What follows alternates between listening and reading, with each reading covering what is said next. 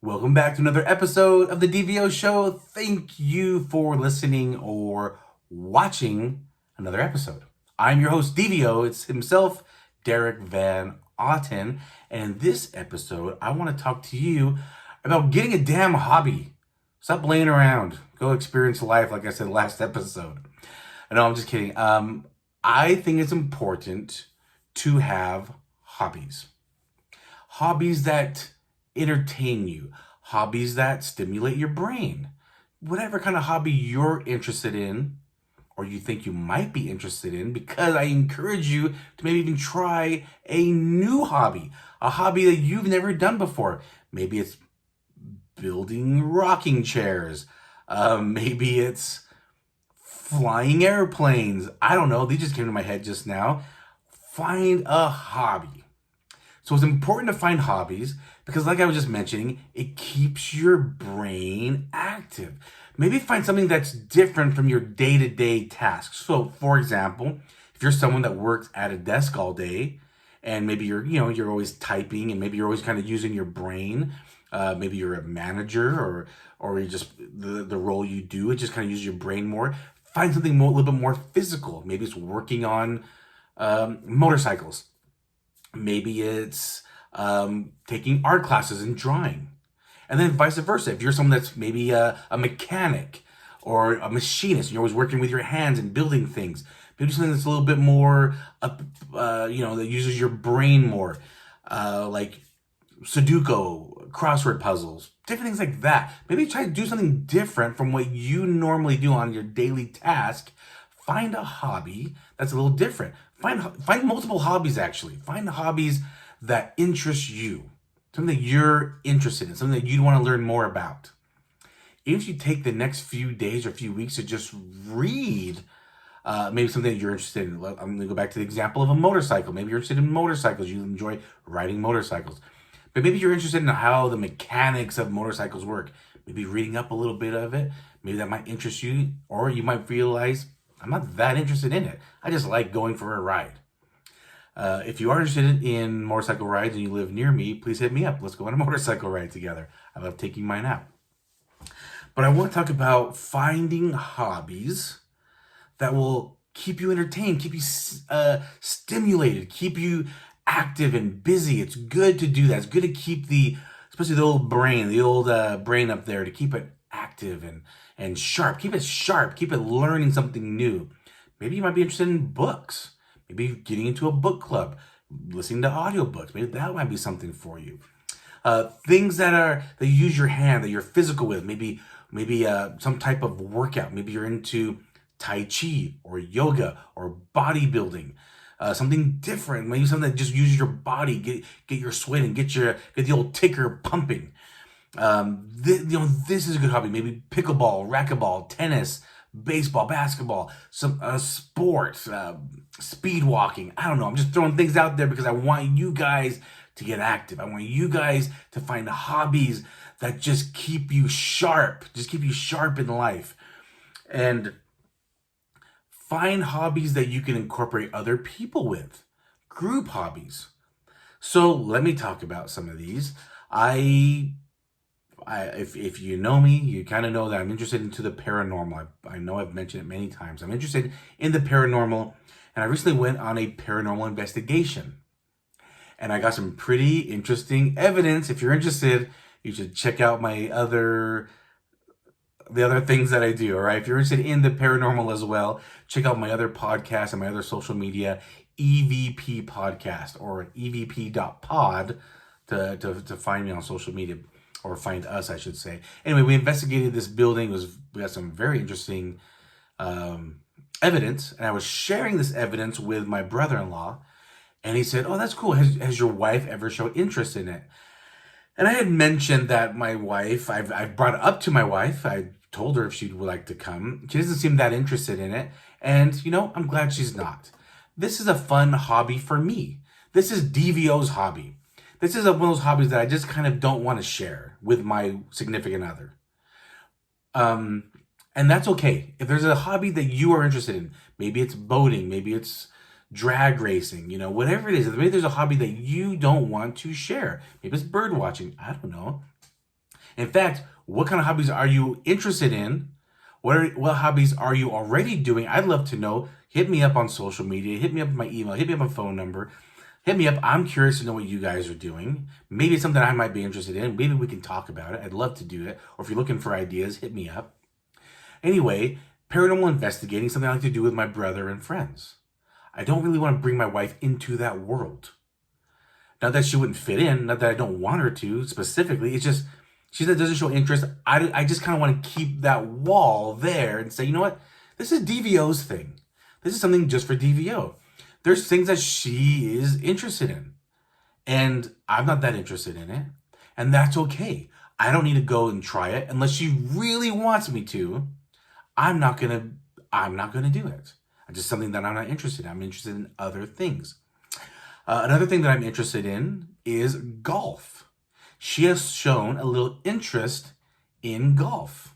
So I'm going to take her out golfing. I don't mind if that's something that she wants to do with me. In fact, I would enjoy it. If she wanted to get into golf and that's something we could do together as a couple, I would really enjoy that. I think that'd be fun. Even though most of my golfing experience has happened with my friends, I would not mind her wanting to get involved with me doing that. But paranormal investigating, that's DVO's thing. Him and his friends and my brother, I like to do with my brother as well. That's kind of our thing. I like to do that with just us. I don't want to bring her into that world. I want to put that wall there. So what I'm saying to you is get hobbies, find hobbies you can do with groups, find hobbies you can do by yourself, and find things that are for you. It's okay to find a hobby that your significant other or partner or husband, wife, whatever you title you give the other person. It's okay if they're not interested in it. It's okay to have a hobby just for you. Maybe you're big into hiking and you like going on long hikes, like 2 or 3 hour hikes, going for 5 miles at a time. But your significant other is not that interested in it. Don't force them to do it. They're going to be more likely not to do it. It doesn't hurt to maybe even say, hey, do you want to try it with me? Or maybe it's something, maybe going on these long hikes is for you because you need the serenity. You need that peace and quiet. Maybe you like to go meditate when you're by yourself. Maybe that's kind of your thing because you want to do that by yourself and just breathe in the fresh air, enjoy the nature and the surroundings, and you want to do that for yourself. That's okay. But I want you guys to find a hobby that you can do. Again, if it's something, find something that you're really passionate about, something that you really enjoy doing. Also find something that's different than the norm, something opposite of what you do on a daily basis. Find something opposite of that. Maybe gardening. I'm just throwing crazy ideas out here for you guys. I hope you guys are taking advantage of this and saying, oh yeah, I love that one. I'm going to do that with DVO. Hit me up if that's one's for you. But anyway, find a hobby that you can enjoy. Find a hobby you can do with others. It's good to get in that social environment. Make friends. Talk to people. Because what I like about interacting with new people that have never interacted before, you might find your next best friend. Hey, that's cool. Or you might learn something from someone that you never met before and you hear a story. I enjoy talking with someone who's much older than I am. Because as I've matured and gotten older, I realize that people older than me have experienced more than me and have interesting stories to share and tell. And a lot of times, those are really good stories. Sure, they might drag on a little bit, but they're good stories and they're teaching lessons, they're teaching moments, learning moments.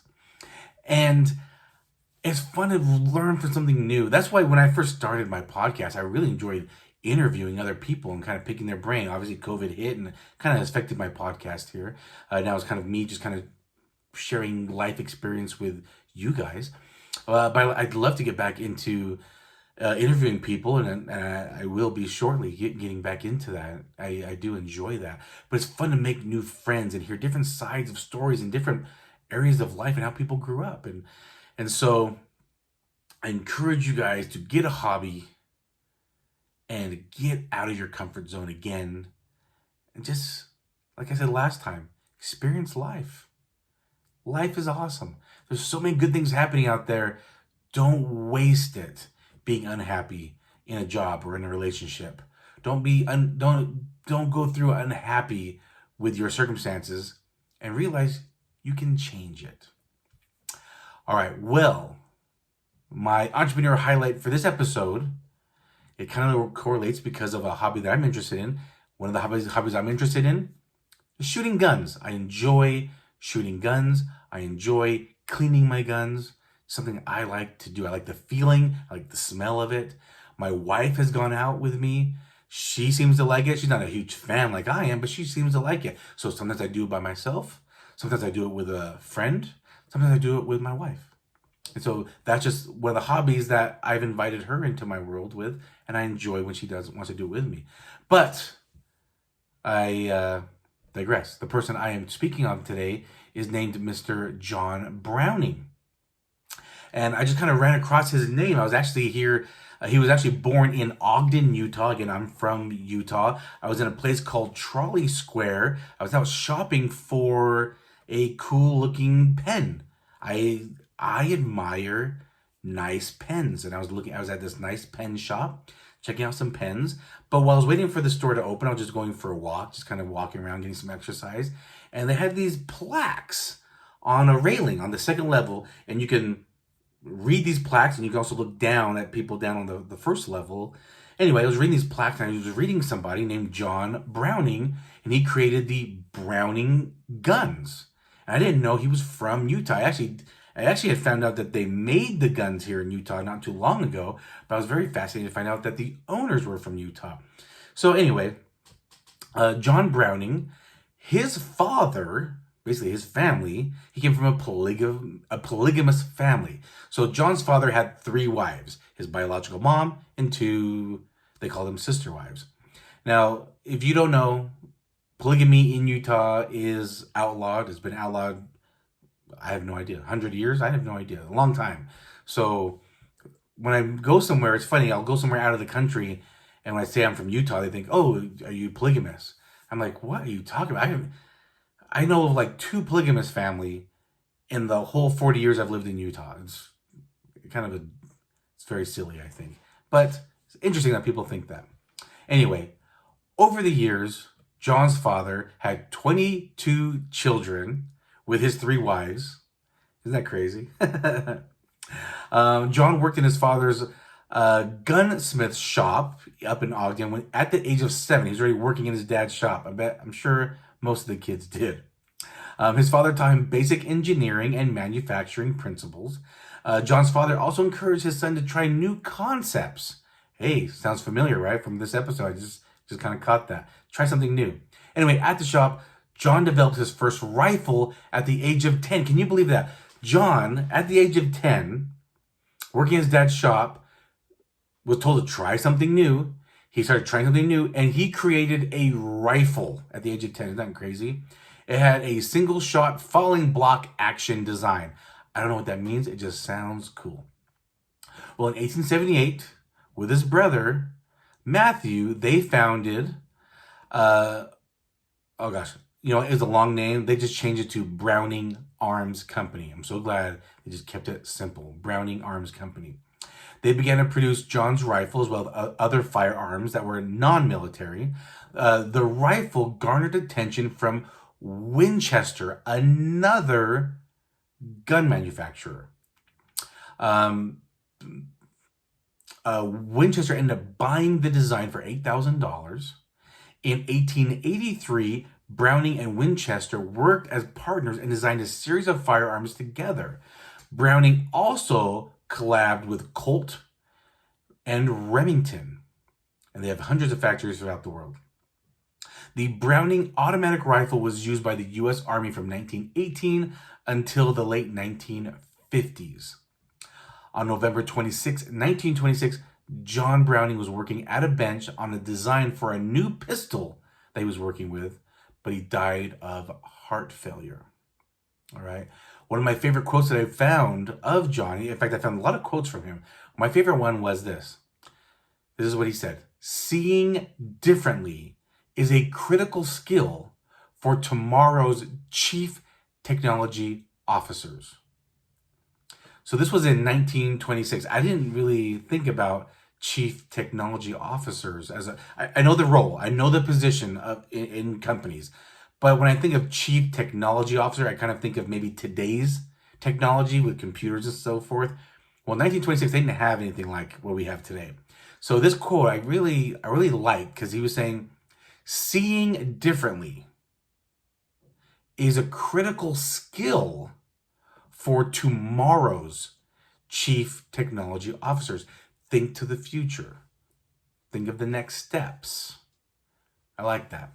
I thought that was pretty cool. Anyway, that is John Browning of Browning Firearms Company. Anyway, I hope you find a very cool hobby that you can get into. Again, I'd love to know if you already have cool hobbies, or if you're going to start searching for a new hobby that's different from what you usually do, just to try and experience something different. Please hit me up. I'm easy to find. You can just go to my website, dvanotten.com, and easily reach out to me there. Have a great one. I'll talk to you next time. Bye.